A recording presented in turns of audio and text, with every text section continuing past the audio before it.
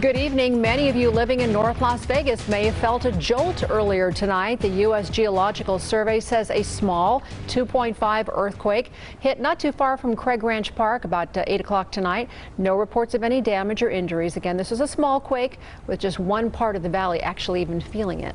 Tonight's small quake did jar some memories of a much bigger earthquake from 3 years ago. A 7.1 earthquake 150 miles away was felt here in the valley in July 2019. That's our newsroom that was shaken there. 6.4 quake felt a day before that. Both of those earthquakes only did minor damage here 3 years ago.